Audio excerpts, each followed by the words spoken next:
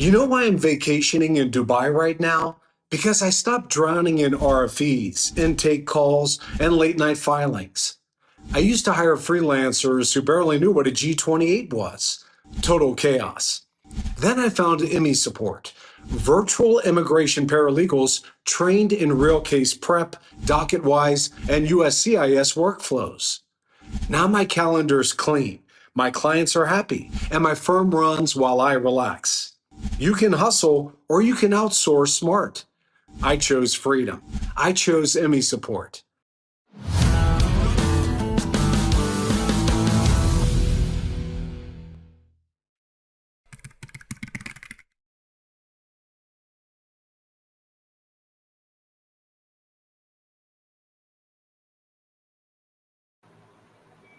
Hello and welcome back, everyone, on Immigration Talk Show. I'm Napasa and this is Sam, and we both welcome you to Daily Immigration Dose. Thank you so much for joining us. So, we have another important session lined up on a very important topic that we are going to discuss. But before we head on with the discussion, here's a very important disclaimer, and that is by watching our videos, you understand that the information shared, including user comments, is not professional advice. Use at your own risk. Our intention is never to offend, it's just a casual exchange of ideas. And I hope that you keep that in mind throughout this whole conversation, friends. And please feel free to join us. So, Sam, why don't you tell us how can they join us? Sure, friends. You can. We are available on the different social media platforms. We are not just live on YouTube, but also available on LinkedIn, Facebook, X, and on Instagram as well. So go ahead, follow us on these many platforms, and don't forget to like, share, and subscribe to our channel. Our handle is at Immigration Talk Show, and you can join us directly here on this live conversation by dialing up this number that is on top of your screen. 425-436-6335 with the access code 988888, and be a part of this very important and very interesting conversation as well. So I think, Napasa, this session is we have so many things to unpack in this webinar, and I think without any further ado, we can just let our viewers know that today our topic is why President Donald Trump now wants farmers to sponsor migrant workers. So I think, Nepal, this is a very shocking news because from these many months we have been seeing that President Trump has been very much vocal and very much strict about the immigration enforcements. But it's like, he's allowing it. So, I mean, what do you have to Yes, say on this? Yeah, please go I ahead. mean, if you talk about immigration, ever since our president Donald Trump has joined office, it's been an interesting one every single day. And yes, it's another surprising turn now that President Trump, who has long taken a tough stance, on immigration, is now suggesting a kind of a new approach.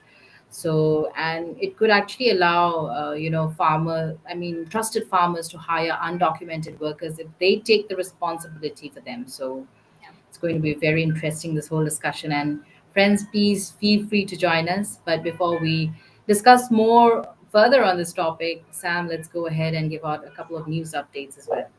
So, All right. So let me why go don't ahead with my news trends, and it is about experts say immigration changes may affect U.S. economy.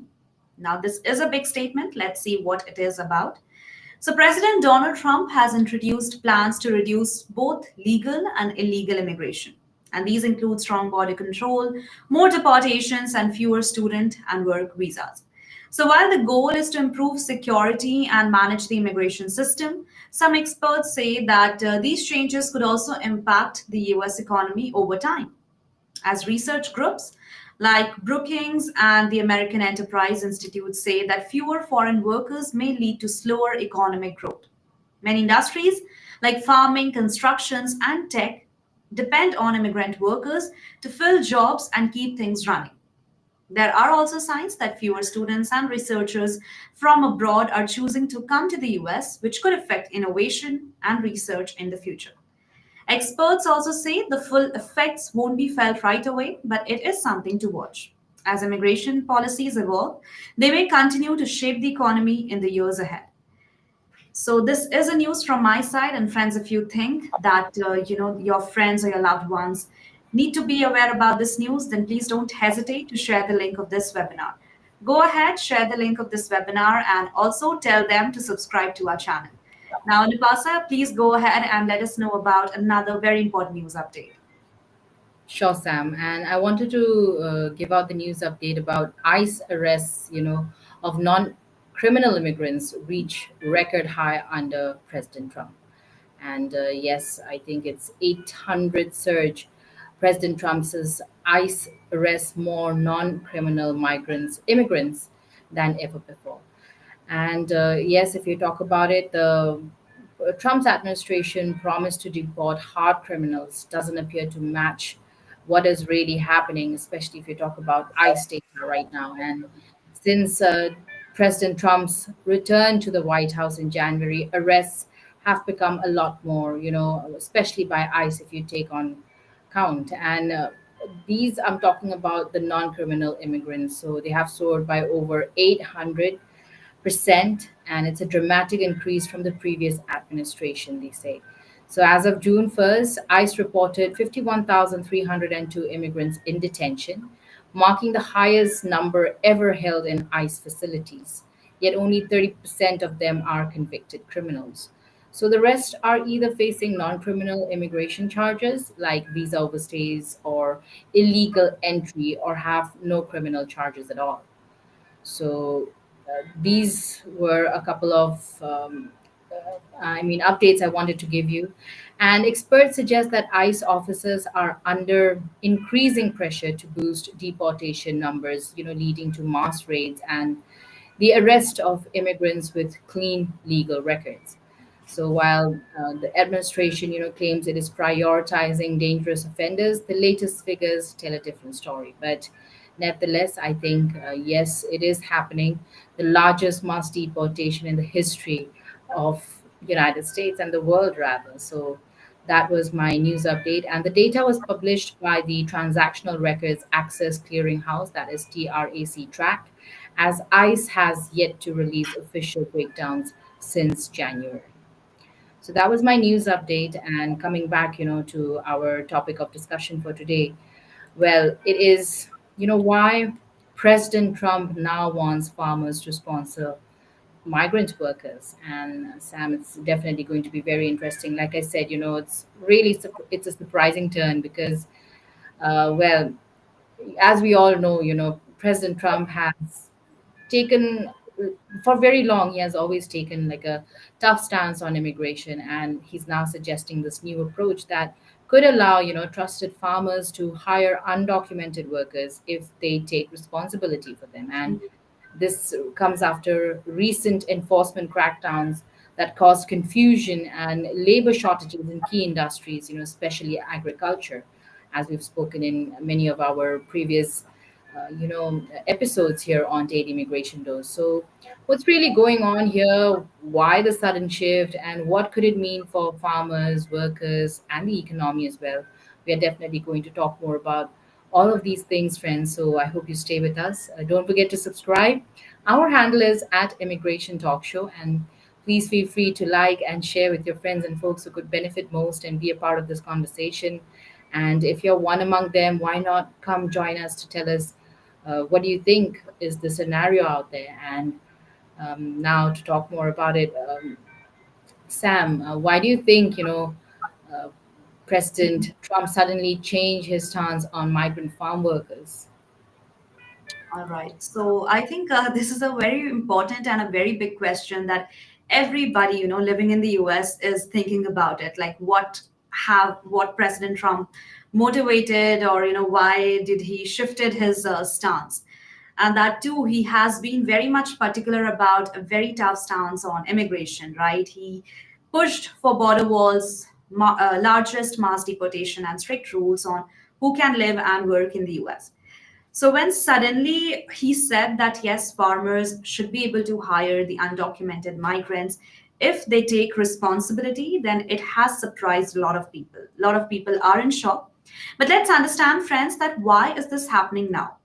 And one word, it is for clear that farmers are in crisis. That's right, because across America, especially in rural areas, farmers are in crisis because there's a major work worker shortages because crops are going unpicked, food is spoiling, and some farms are losing money because there were random raids on agricultural sector, and so many immigrants, so many undocumented workers were there in agricultural sector, and they were contributing a lot to the agricultural one, but due to some reason they were not legal. And that is why they, because of the fear of the raids and getting caught or maybe to get deported, they were not coming to their workplace. They were not finding it that good to go ahead and work in the farms, and that is why crops were going unpicked, food were spoiling, and some farms were also losing money. Also, many jobs in farming are very hard, low paying, and physically demanding. That's of course because you know if we look at the condition how farmers used to work in the agricultural field, then by sitting here we'll get the goosebumps because there are no choice, right? There's no uh, there is nothing like you have to work in that field, whether it is day, whether it's night, you have to be available, you have to be on that ground under the sun, whether it's raining or whether it's not raining, you have to be available. So it is physically demanding, and most importantly, there is also low payment of that. And that is going to be very difficult for the US citizens, right? Because they are not able to work on those fields, that to getting low payment and struggling a lot. So I think because of these reasons, only certain category of people are built to do that much hard work, and President Donald Trump has understood, that these are the qualities that they cannot find in anyone. There are very specific people who can work dedicatedly on these types of sectors. And for decades, migrant workers, including undocumented immigrants, have filled this gap. And they have made agricultural sector one of the biggest sector in United States. And I think Americans are having a great food. I mean, all the food that they're having in the stores tables is because of these immigrant workers. So I'll say that farmers have long been an important part of Trump's support base also.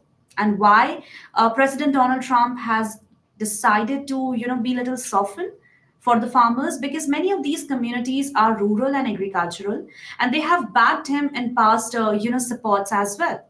And now immigration raids and fear of deportation are making it little hard for these same farmers to survive.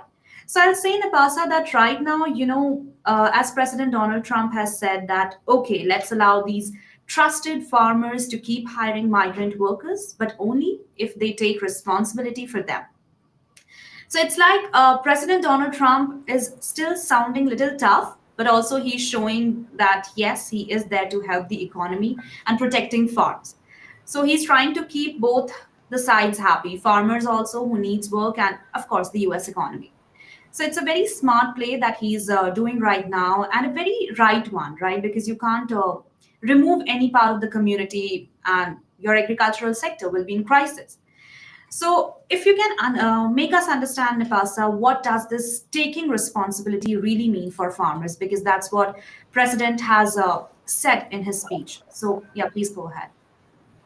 Well, if you talk about this, of course, like earlier you said, Sam, that it's a very smart move and the right move. But now, what exactly does it mean, when President Trump says farmers can take responsibility for their workers? Mhm. That's the big question. Because so far, there's no clear system, no real rules been laid out, and but then, yes, of course, like you said, the idea seems to be that trusted farmers, especially those with a good track record, who could continue hiring migrant labor as long as they vouch for them. This could mean being accountable for making sure that these workers follow the law and they show up for work, and maybe even help with paperwork or legal steps. So, this could be one of the plus points. And it's true, there are some who have been working for generations like this. Their fathers used to work, their forefathers used to work in the same industry, and now they are as well. So, especially if you talk about them, and these have been trusted workers not just for this generation, but for more generations, like probably the second or the third generation, or even more. So it's very hard when you look at these kinds of stories where they are being questioned and they have to give up. And it's so nice that now that they could be vouched for, and especially if they have a good track record, or if they have been working with them for since forever, right? And of course, this could also mean that there are some paperwork, legal steps, and I really hope that rules will come out, or the you know the system will be clearer a little sooner, so that we know what is supposed to be done next, or what should the next steps be for these workers, or these owners of these different farms. It's very unclear right now.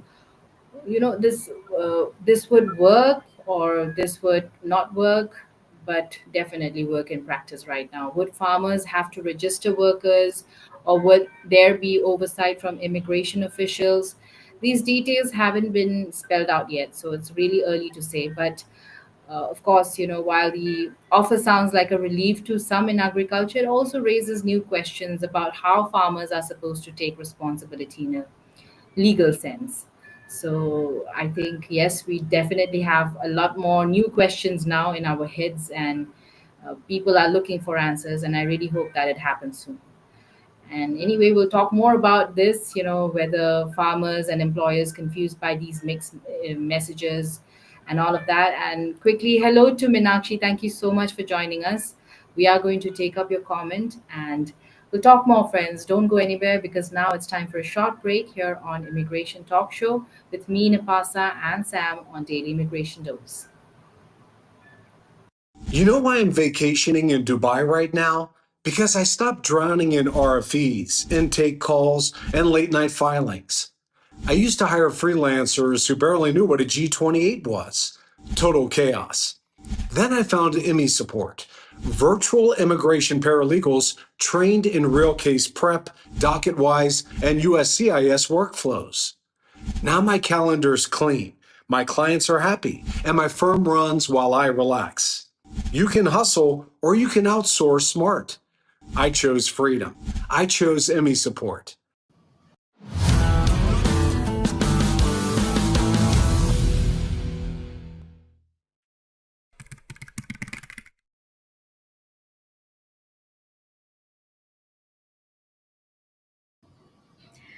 All right, friends, once again, welcome back to Immigration Talk Show. You're watching Daily Immigration Dose streaming live at 4 p.m. EDT. We are not just live on YouTube, but also on LinkedIn, Facebook, X, and on Instagram as well. We are available. So go ahead and do subscribe to our channel, Immigration Talk Show. Okay, and talking about today's topic is a very important one and a very latest one. Why President Donald Trump now wants farmer to sponsor migrant workers. So I think, Napasa, we have cleared up what is happening, and also reason behind it, like what can be the reason behind this very important stance. And Napasa has also explained us what is the meaning of take responsibility here. So, friends, till now we have covered a half part of our session. In case if you're having any doubt or any query, then please feel free to put them on the comment section. We are here for another 15 more minutes and would expect another good call. Okay, so Nabasa, I think let me go ahead with another very important segment of our this webinar, that are farmers and employers confused by these mixed messages? So the answer is yes. It is quite confusing. Why? Let me go ahead. So, firstly, we talk about what is the message from the government. Then, President Trump made a very strong statement suggesting that yes, trusted farmers should be allowed to take the undocumented, to hire the undocumented immigrants, as long as they take the responsibility for them. So, this idea, seemed to be aimed at helping the agricultural sector deal with serious labor shortages. But only days later, what happened? It is quite confusing that another message came out from President Donald Trump, and he tweeted that the largest mass deportation program will happen in the US history. Now, this new announcement, focused on stricter enforcement and large-scale action in major US cities. So this has created some mixed signals, and right now farmers are confused because they're not able to understand that whether the administration has become a little lenient, or are they still following those strict immigration rules. So on one hand, there's talk of flexibility for farmers, and on the other hand, there are largest mass deportation program that they are planning. So, as a result, I'll say the employers, especially in farming and service industries, are unsure what to expect. But as there were even reports that ICE was told to pause raids in farming and hospitality. But after that pause got cancelled. And all of this, back and forth has left farmers and employers unsure about what to believe, what rules are actually to follow, whether they can freely go ahead and work in the agricultural sector, or will the raid still going to happen? They have to work on the documents. So I think it is building up a lot of confusion. Until now, also, there is not very much clarity regarding this question. So I think Nipasa, because it is happening and there will be certain confusion. So if you can also let us know that how are these immigration policies going to affect the economy? Will the economy rise or will it like slow down? How is it going to be? Sure, Sam. And if you talk about that, then definitely, these changing immigration rules are, having a real impact on the economy as well, especially if you talk about sectors that rely on migrant workers, all of them. Like, even, in fact, we had a couple more episodes where we spoke about something similar, whether we spoke about restaurants or agriculture. And Hmm. definitely, agriculture is one big sector that is Yeah. going to be affected, without enough people to pick crops, like you said earlier, or farms, they are definitely losing money, and food have been going to waste, right? Because of all Yeah. the confusion of people not showing up at work, people not being able to be there to pick up crops, or there's labor shortages in, well, food distribution as well. So there has been a lot of food wastage in the recent past, as we have heard in the news as well. And prices have been going up, and they may go up more at grocery stores if produce becomes harder to supply. So it's not just farming either, it's restaurants, hotels, grocery stores, if you talk about it. And if produce, even construction jobs, if you talk about, because we see in construction sites as well, they have a lot of migrant workers, and they also have been heavily relying on immigration labor. So when workers stop showing up out of fear of raids or business, or maybe any other reason as well, especially raids, so businesses cannot operate smoothly. As we've seen, we have heard clearly that people are afraid to show up at their workplaces because they're scared of being detained or deported or held up or questioned, even because of all these sudden raids that have been happening. And for undocumented workers themselves, the fear of being detained leads to less spending in their communities. So, in the long run, definitely stricter enforcement without a clear path forward may actually slow down parts of the economy. In fact, I think in one of the episodes, we even spoke about, a very, very, how to say, busy marketplace becoming like a ghost town, because there were two less people, and what they used to sell so much, it's become less than half of what they used to do earlier. So business has become slower in a lot of places. And definitely, President Trump's proposal might be an attempt, to protect some of these industries while still keeping his immigration goals in place. So as we see these new rules, or rather, a change in his perspective, I would say, in our president's perspective, I really hope that things work better, because uh, labor is much needed. We do need each other, for us to function smoothly. And especially if you talk about the economy, I think, yes, it needs one, because businesses cannot go slow, especially if you talk about America, one of the largest economies in the world, the largest rather. So, yes, that has been happening. And I think we should now take a couple of comments from our viewers who have commented. Sam, why don't you take one? Yeah, why not? So Minakshi is here. And hi, Minakshi. Thank you so much for your participation. And it feels so good that Jay and Minakshi are our regular viewers. So thank you so much, friends. And let's keep on motivating each other. Okay, so Minakshi is here and she's saying the US Embassy in India has announced that all applicants for F, M, or J non immigrant visas must now ensure their social media accounts are set to public before appearing for a visa interview. That's right, Meenakshi. And yesterday, also in our daily immigration dose, this was my news update. So I think it's good that you are, updated and you are knowing all the latest information. It is happening, and I think that today also that the session that we had with Attorney Jessica Ways, we have talked about employment based visa. So I think that is also will be very helpful for you regarding this topic. So you can go ahead and check out that session, and I'm sure that's going to be helpful for you. And thank you so much for your participation again, Meenakshi. And let's take up Jay's comment. Sure. Jay is saying in the backdrop of the prevailing war-like situation in the Middle East, US has specified that India does not belong to the list of the countries that face the travel ban, adding that the country is processing applications submitted by Indian nationals across all categories. Definitely a good news, Jay, and thank you so much for sharing that. And yes, the travel ban list, I think it's could be sad news for many countries, but definitely not for India. So this is good news for sure. These may be out of the conversation or the discussion we have today, but thank you so much for contributing these news updates as well, both of you, Minakshi and Jay. It's always good to have you on our show. So yes, also share with your friends so that they can also join us. And yeah, that's all.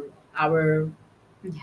our lovely viewers, it's really always nice to have you with us because these shows are nothing without you and your participation. So yes, our handle is at Immigration Talk Show. Subscribe now if you haven't as yet, and share with your friends and folks who can also subscribe, and ring that bell icon so that you can always be a part of these discussions whenever we have. And That's fine. And with I that, I think think Nakasa, yeah, we have to end up. So, yeah, I think today we have covered a lot in this webinar, and it was a very insightful session. We have discussed why President Donald Trump now wants farmers to sponsor migrant workers. So, friends, I hope we are able to clarify this topic. And in case if you're having any doubt, please don't hesitate to put them on the comment section. Now, we would love to take up those questions for you. Or else, if we are not able to answer, then we would be addressing those questions to our attorneys. And most importantly, don't forget to like, share, and subscribe to our channel. Our handle is at Immigration Talk Show. We have this daily immigration dose every day from Monday to Friday at 4 p.m. EDT. So be a active participant on this session, and you will get to learn a lot of things because me and my co-host Napasa bring up a lot of great insights just for you guys to make you informed. And I think with that, Nipasa, it was a good session, and now it's time to take a leave.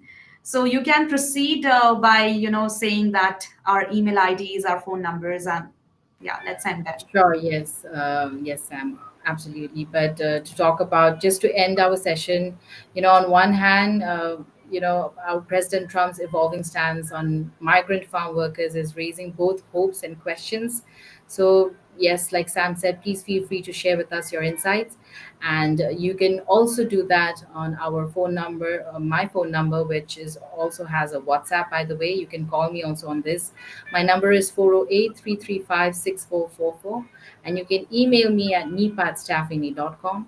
You can also email Sam at sam@staffingly.com. And yes, friends, do not forget to subscribe to our channel once again at Immigration Talk Show. Check us out on YouTube, LinkedIn, Facebook, X, and on Instagram. Stay connected with us and stay tuned on Immigration Talk Show because there's a lot more coming. All the updates on US immigration that you do not want to miss out on. Thank you once again, all of you, for joining us here. It's on Daily Immigration Dose. It's Nipasa and Sam taking a leave for now. Bye bye. Have a wonderful day and a splendid week ahead. Bye, everyone. You know why I'm vacationing in Dubai right now? Because I stopped drowning in RFEs, intake calls, and late night filings. I used to hire freelancers who barely knew what a G28 was. Total chaos. Then I found IMI support, virtual immigration paralegals trained in real case prep, DocketWise, and USCIS workflows. Now my calendar's clean, my clients are happy, and my firm runs while I relax. You can hustle or you can outsource smart. I chose freedom. I chose Emmy support.